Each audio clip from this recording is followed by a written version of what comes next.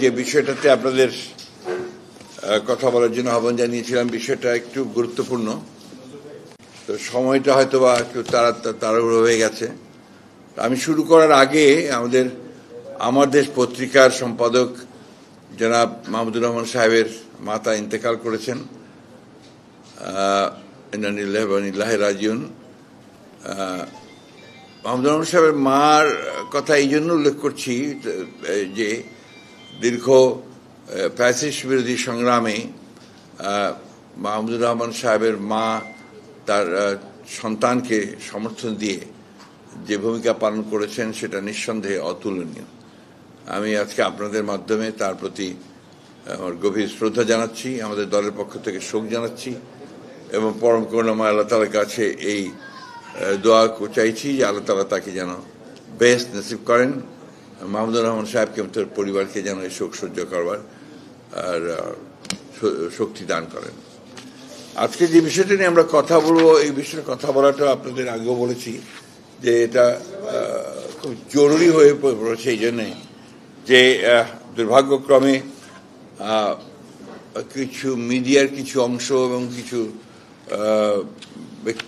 ব্যক্তিত্বরা তারা বিএনপির সংস্কার সম্পর্কে বিভিন্ন রকম আপনার কথা বলছেন যেগুলো সঠিক নয়।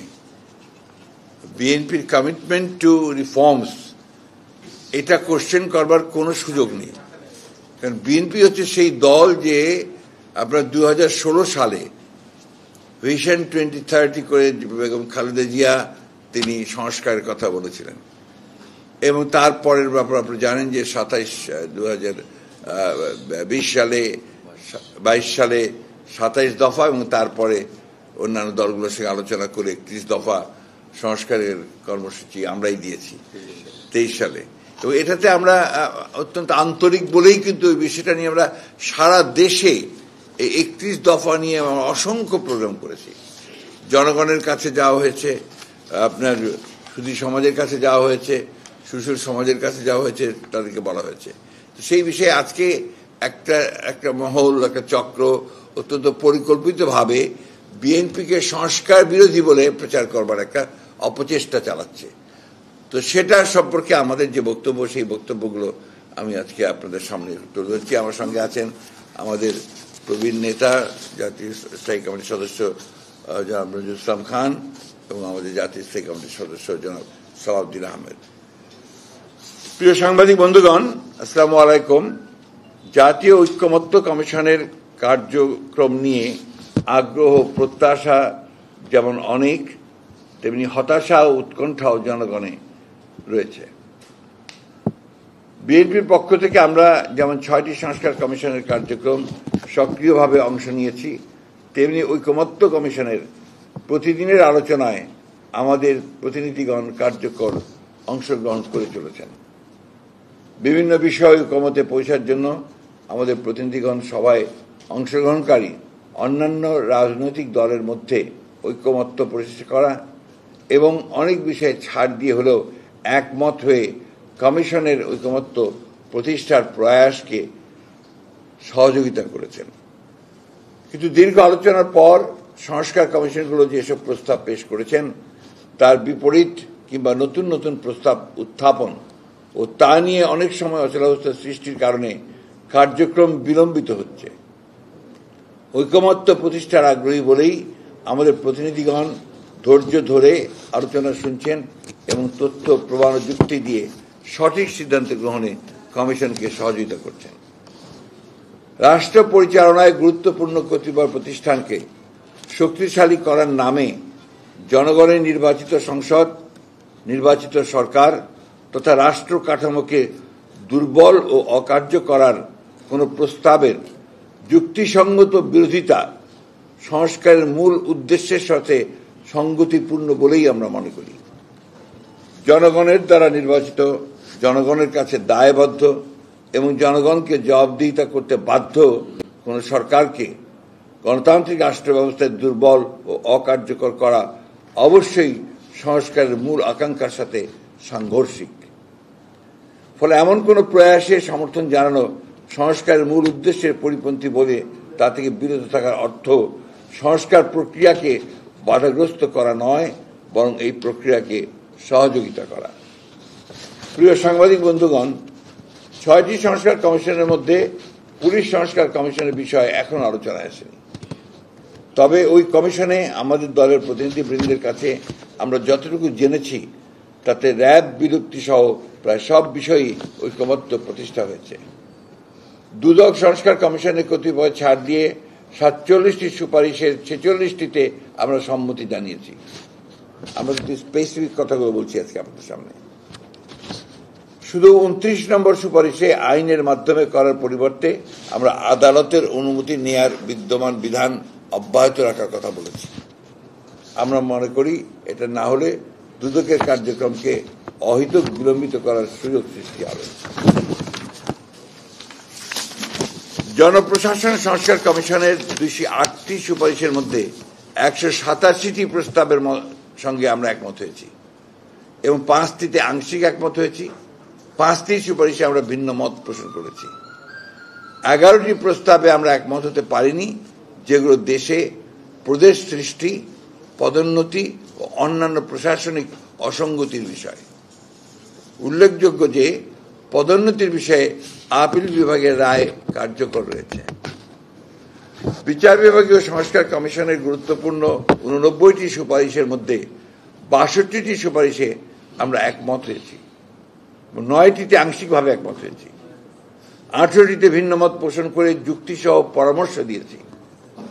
উল্লেখযোগ্য যে বিচার বিভাগের স্বাধীনতা বিষয়ক সকল প্রস্তাবে আমরা একমত হয়েছি। প্লিজ, তবে এর কিছু বিষয়ে নির্বাচিত সংসদে আইন প্রণয়ন কিংবা ইতিমধ্যে কোনো অধ্যাদেশ হলে তা সংসদে র্যাটিফাই ও সাংবিধানিক সংশোধনীর প্রয়োজন হবে। নির্বাচনী ব্যবস্থা বিষয়ক সংস্কার কমিশনের 243টি সুপারিশের মধ্যে 141টিতে আমরা একমত হয়েছি এবং 14টিতে আংশিকভাবে একমত হয়েছি। 64টিতে আমরা ভিন্ন মত সহ একমত হয়েছি। অর্থাৎ এসব বিষয়ে পরিবর্তনে একমত হয়ে বিভিন্ন আইনে ও বিধিতে সংশোধনী অধিকতর কার্যকর হবে তা প্রস্তাব করেছি।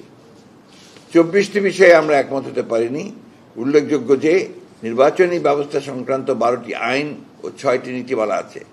এই বিষয়ে রাষ্ট্রীয় সংবিধানেও নির্দিষ্ট বিধান আছে।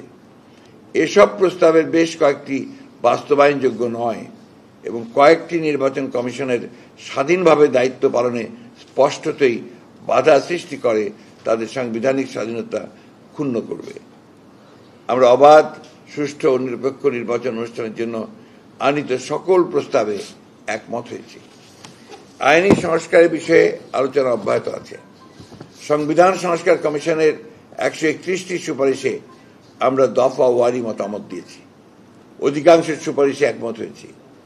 এর মধ্যে উল্লেখযোগ্য 70 অনুচ্ছেদ এবং প্রধানমন্ত্রীর মেয়াদ, 2 বিষয়ে আমরা ছাড় দিয়েছি। বিশেষ করে প্রধানমন্ত্রীর মেয়াদ নির্দিষ্ট করে দেওয়ার বিধান বিশ্বের কোথাও না থাকার পরেও ঐকমত্য প্রতিষ্ঠার স্বার্থে আমরা সম্মত হয়েছি। প্রধান বিচারপতি নিয়োগের বিষয়েও আমরা আমাদের প্রস্তাব থেকে সরে এসে একমত হয়েছি। জাতীয় সংসদে সংসদীয় স্থায়ী কমিটির সভাপতির পদ বিরোধী দলকে দেওয়ার ক্ষেত্রে সবচেয়ে গুরুত্বপূর্ণ 4টি সহ আসন সংখ্যার অনুপাতে সভাপতির পদ দিতেও আমরা সম্মত হয়েছি। রাষ্ট্রপতির ক্ষমতা সংক্রান্ত আর্টিকেল 49 পরিবর্তনে আমরা সম্মত হওয়ায় ঐকমত্য প্রতিষ্ঠা হয়েছে। এছাড়া তত্ত্বাবধায়ক সরকার ব্যবস্থা পুনঃপ্রবর্তন, ন্যায়পাল আইন যুগোপযোগী করা, জাতীয় সংসদের নির্বাচনী এলাকার সীমানা বিন্যাসে সংস্কার আনার জন্য সংবিধানের সংশ্লিষ্ট অনুচ্ছেদ সংশোধন ও আইনের মাধ্যমে বিশেষায়িত কমিটি গঠনেও আমরা একমত হয়েছি। বিভাগীয় পর্যায়ে হাইকোর্টের স্থায়ী বেঞ্চ প্রতিষ্ঠার ব্যাপারে সম্মত হয়ে আমরা তা বিচার বিভাগের সাথে আলোচনার মাধ্যমে বাস্তবায়নে পরামর্শ দিয়েছি। কারণ ইতিপূর্বে 1988 সালে এমন উদ্যোগকে উচ্চ আদালত বাতিল করে দিয়েছিল। এমন বহু সংস্কার প্রস্তাবে শুধুই ঐকমত্য প্রতিষ্ঠার স্বার্থে আমরা একমত হয়েছি, যেগুলি বাস্তবায়ন অত্যন্ত দুরূহ এবং যে উদ্দেশ্যে এসব প্রস্তাব তা অর্জনের সাফল্য প্রশ্ন সাপেক্ষ। রাষ্ট্র পরিচালনার এবং সংসদীয় কার্যক্রম দীর্ঘ অভিজ্ঞতার আলোকে আমরা যুক্তিগ্রাহ্য মতামত দিয়ে আমাদের দায়িত্ব পালন করেছি। প্রিয় বন্ধুগণ, ঐকমত্য কমিশনের আলোচনা অব্যাহত আছে। সংস্কার কমিশন সমূহের প্রস্তাবের উপর আলোচনা করে ঐকমত্য প্রতিষ্ঠার কথা থাকলেও নিত্য নতুন এমন সব প্রস্তাব আসছে যেগুলো রাজনীতি, রাষ্ট্র ও সংসদ পরিচালনায় বিপুল প্রভাব ফেলবে। এসব প্রভাব ইতিবাচক হলে অবশ্যই তা জনগণের কাছে গ্রহণযোগ্য হবে, কিন্তু রাষ্ট্রের মালিক জনগণকে সম্পৃক্ত না করে তাদের প্রতিনিধিত্ব কিংবা প্রত্যাশার ক্ষেত্রে বড় কোনো পরিবর্তন করার অধিকার কোনো ব্যক্তি, দল কিংবা কমিশনের আছে কিনা তা বিবেচনায় নিতে হবে। এই বিষয়ে সুস্পষ্ট কোনো প্রস্তাব নিয়ে আলোচনা শুরু হয়নি বলে আমরা মন্তব্য করা থেকে বিরত থাকছি। দীর্ঘ প্রায় 1.5 যুগ স্বৈরাচারের বিরুদ্ধে লড়াই করে বিএনপি শুধু টিকে থাকেনি, বরং অধিকতর শক্তিশালী ও জনপ্রিয় হয়েছে। শত শহীদের রক্তে, গুম খুনের শিকার সহকর্মীদের আত্মত্যাগে, আরো লাখো নেতা কর্মীর অবর্ণনীয় দুঃখ শোকে বিএনপির ঐক্য আরো দৃঢ় হয়েছে। এই ঐক্যবদ্ধ শক্তি ও সামর্থ্যকে নিয়ে দীর্ঘদিন রাষ্ট্র পরিচালনার অভিজ্ঞতা নিয়ে বিএনপি দেশে আবারও গণতন্ত্র পুনঃপ্রতিষ্ঠায় ইতিহাস অর্পিত দায়িত্ব পালনে দৃঢ় প্রতিজ্ঞ। স্বৈরাচার ও ফ্যাসিবাদের পুনরুত্থান রোধে আমরাই সবচেয়ে সক্রিয়। ব্যক্তি কিংবা প্রতিষ্ঠানকে অধিক ক্ষমতা দিলে যেমন ফ্যাসিবাদ কায়েম হয়, ঠিক তেমনি নির্বাচিত সরকার এবং সংসদকে ক্ষমতাহীন করলে রাষ্ট্র দুর্বল, ভঙ্গুর ও অকার্যকর হয়।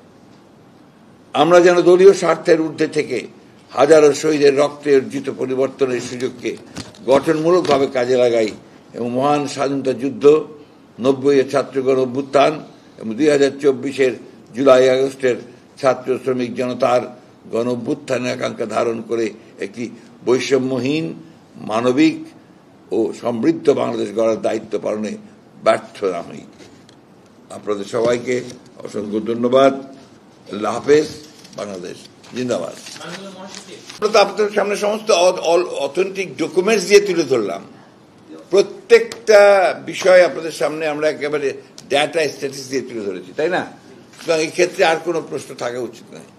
আপনাদেরকে পরিষ্কার করে বলেছি যে আমরা মনে করি যে জনগণ নির্বাচন চায়, এটা বহুবার বলেছি, এখনো বলছি, এবং আমরা মনে করি যে যেটা আপনার নির্ধারিত হয়েছে, একটা আলোচনা হয়েছে আমাদের ভারপ্রাপ্ত চেয়ারম্যান সাহেব এবং প্রধান উপদেষ্টার মধ্যে ফেব্রুয়ারিতে নির্বাচনের অনুষ্ঠানের, আমরা আশা করি যে সেই লক্ষ্যেই দেশ এগিয়ে যাবে। বিষয়টা ওনারা যেভাবে বর্ণনা করেছেন সেটাতে কিছু অস্পষ্টতা আছে। আমরা পরিষ্কার বলেছি দেশে যাতে পুনর্বার কোনো স্বৈরাচারের উৎপত্তি না হয়, উৎপাদন না হয়, ফ্যাসিজমের কোনো উৎপাদনের ব্যবস্থা না থাকে, সেজন্য পৃথিবীর কোনো দেশে প্রধানমন্ত্রীর মেয়াদ নির্ধারিত থাকার কোনো নজির নাই। সত্ত্বেও আমরা বলেছি যে কোনো ব্যক্তি, বিএনপির উচ্চ পর্যায়ের স্ট্যান্ডিং কমিটির সিদ্ধান্ত অনুযায়ী কোনো ব্যক্তি 10 বছরের বেশি প্রধানমন্ত্রীর আসনে বহাল থাকবেন না। এটা সাথে আমরা এটা বলেছি প্রধানমন্ত্রী এবং সংসদ নির্বাহী বিভাগকে কার্যকরভাবে সরকার এবং রাষ্ট্র পরিচালনার স্বার্থে তার কর্মপরিধির মধ্যে অন্য কোনো অর্গান এবং অন্য কোনো বডি সৃষ্টি করে যাতে তার কর্মকাণ্ডকে ব্যাহত না করে, সেই জন্য আমরা এনসিসি জাতীয় কোনো ধারণার সাথে একমত হইনি। এটাই ছিল আমাদের শর্ত।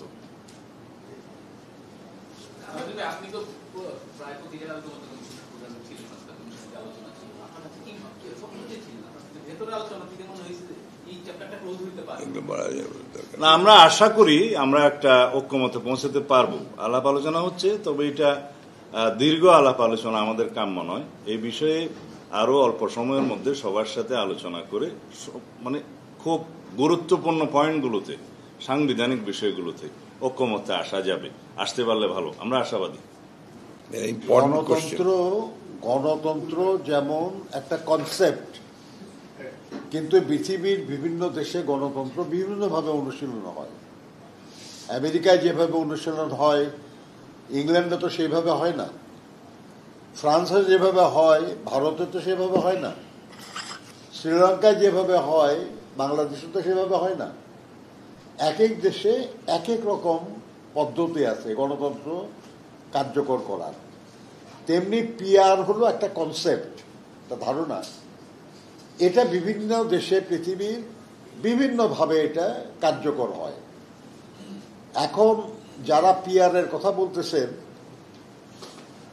তারা কিভাবে সেই পিআর বাস্তবায়ন হবে এই ব্যাপারে কোনো কথা বলছেন না।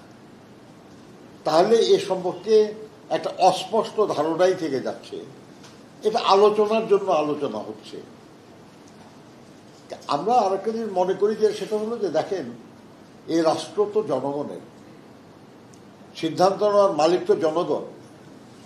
আমরা শুধু কিভাবে ভোটটা দিব এই জন্য একটা ইভিএম পদ্ধতি চালু করা হয়েছিল, মনে আছে তো আপনাদের?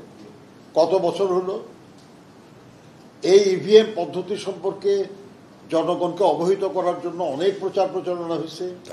যারা এই পদ্ধতিটা কার্যকর করবে তাদের অনেক প্রশিক্ষণ হয়েছে। সেই প্রশিক্ষণে যারা গেছে তারা যে ভাতা নিয়েছে এই নিয়ে দুর্নীতির অভিযোগ হয়েছে। আবার তাদের মাধ্যমে সারা দেশে জনগণকেও প্রশিক্ষিত করার চেষ্টা হয়েছে। তারপরেও আজ পর্যন্ত ইভিএম পদ্ধতি কিন্তু কার্যকর হয় নাই। শুধু কিভাবে ভোটটা প্রয়োগ করবে সেটা। আর পিআর পদ্ধতি হলো গোটা নির্বাচন ব্যবস্থাকে বদলে দেওয়া। এই নিয়ে জনগণের সঙ্গে কি কোনো মত বিনিময় হয়েছে আপনাদের কারো? এ সম্পর্কে জনগণকে কে কিছু অবহিত করেছে? এমনকি এই নিয়ে আপনাদের মধ্যে সাথে কিংবা সুশীল সমাজ বলেন কিংবা আপনার প্রতিনিধিত্বশীল যেসব প্রতিষ্ঠান বলেন, এমনকি রাজনৈতিক দলগুলির নিজেদের যেসব যে সংগঠন আছে তাদের সঙ্গে এইগুলো আলোচনা হয় নাই। অর্থাৎ এটা অত্যন্ত একটা প্রিলিমিনারি স্টেজে আছে। ফর্মালি এই নিয়ে কোনো আলোচনা এখনো ঐক্যমত্য কমিশনে শুরুই হয় নাই। অথচ এই নিয়ে আমাদের কিছু কিছু সহকর্মী বলছেন এটা করতেই হবে, না করলে ইলেকশনে করা যাবে না ইত্যাদি। এর মানেটা কি?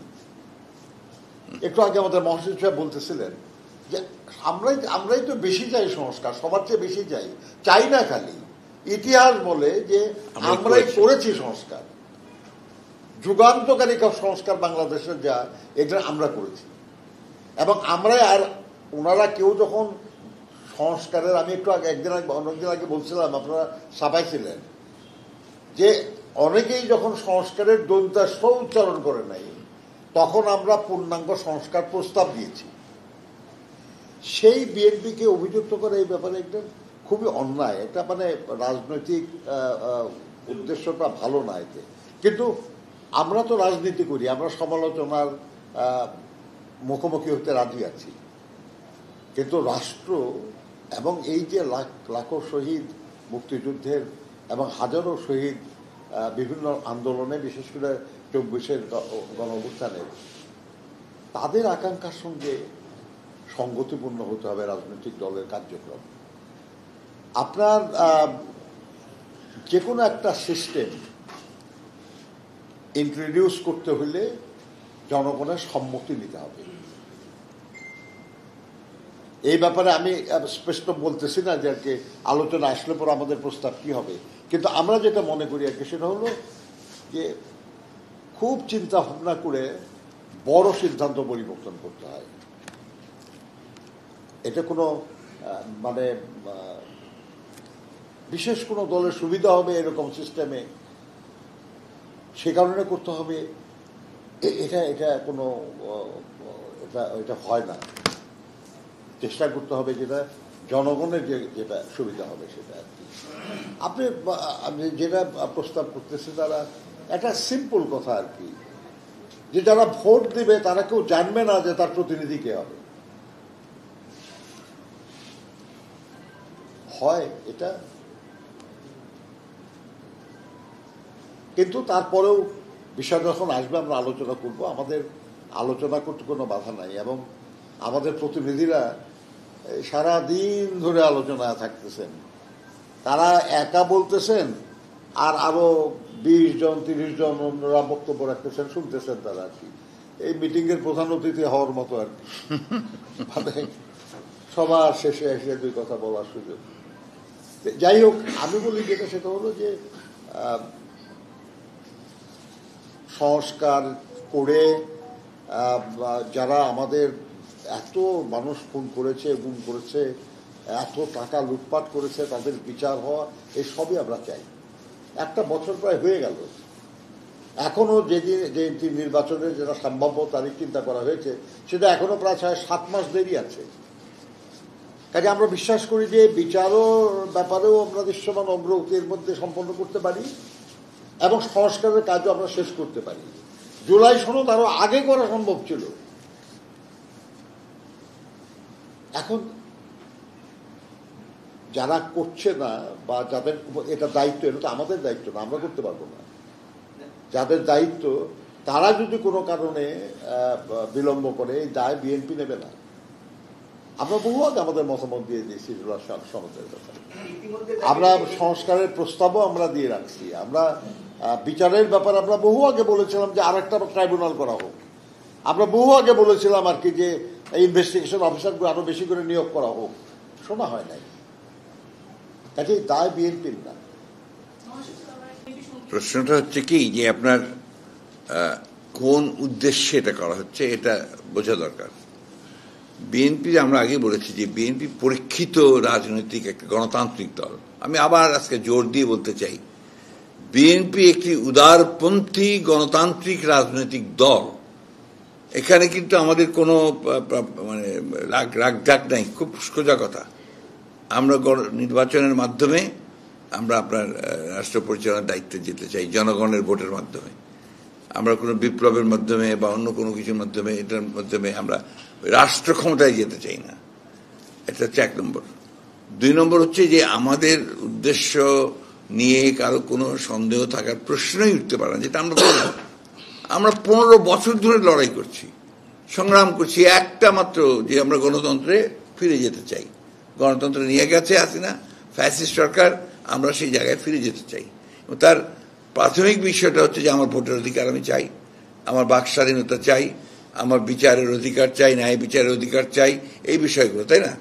সেইখানে তো আমাদের আসলে আপনারাই বলেন কত দিন, কত দুপুর আপনাদের সেই প্রচন্ড রৌদ্রের মধ্যে দাঁড়িয়ে থেকে থেকে আপনারা কাভার করেছেন আমাদের প্রোগ্রামগুলো, আমাদের সেই আপনার সমাবেশগুলো আপনারা কাভার করেছেন রৌদ্রে ভিজে, বৃষ্টিতে ভিজে ভিজে। কতদিন লাঠি পেটা খেয়ে আপনারা রক্তাক্ত হয়েছেন আমাদের কর্মসূচিগুলোতে, গণতন্ত্রের জন্য, ভোটের জন্য। সেই ক্ষেত্রে আজকে এই প্রশ্নটা করতে আসে, কেন আসে? ওইটাকে আমি উদ্দেশ্য প্রণোদিত ছাড়া কি বলবো?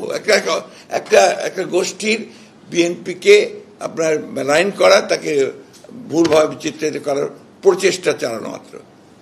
কোন একজন ব্যক্তি বা কয়েকজন ব্যক্তি, গোষ্ঠী, তারা একটা ভুল প্রচারণা, মিথ্যা প্রচারণা সমানে করে যাবেন, আর সেটাতে তারা মনে করবেন যে জনগণ খুব সাড়া দিচ্ছে। জনগণ সাড়া দিচ্ছে না। আর জনগণ কিন্তু বলতে কিন্তু আপনার কয়েকটি গুটি কত শহরে লোক নয়, জনগণ বলতে কিন্তু সারা বাংলাদেশ। আর বিএনপি প্রমাণ করেছে যে বিএনপি, ওই যে কথাটা নজরুল ভাই বললেন কিছুক্ষণ আগে, এখানে বহুদলীয় গণতন্ত্রের সংস্কার আমাদের দল শুরু করেছে, আমার দলের প্রতিষ্ঠাতা শহীদ প্রেসিডেন্ট জিয়া রহমান করেছেন। বাক স্বাধীনতা, সংবাদপত্রের স্বাধীনতা, সংগঠন করবার স্বাধীনতা, সংসদীয় গণতন্ত্র, এমনকি তত্ত্বাবধায়ক সরকার মেনে নিয়ে তত্ত্বাবধায়ক সরকারের অধীনে 3টা নির্বাচনের ব্যবস্থা, সবকিছুই বিএনপির উদ্যোগ নেতৃত্বেই হয়েছে। এবং মুক্তবাজার অর্থনীতি, আপনার অর্থনীতিতে প্রাইভেট সেক্টরকে নিয়ে আসা, এবং তাতে মানে আপনার রাইজিং বাংলাদেশ, ইমার্জিং টাইগার, এই সমস্ত আপনার বিশেষণে বিভূষিত হয়েছে বাংলাদেশ, তাই না?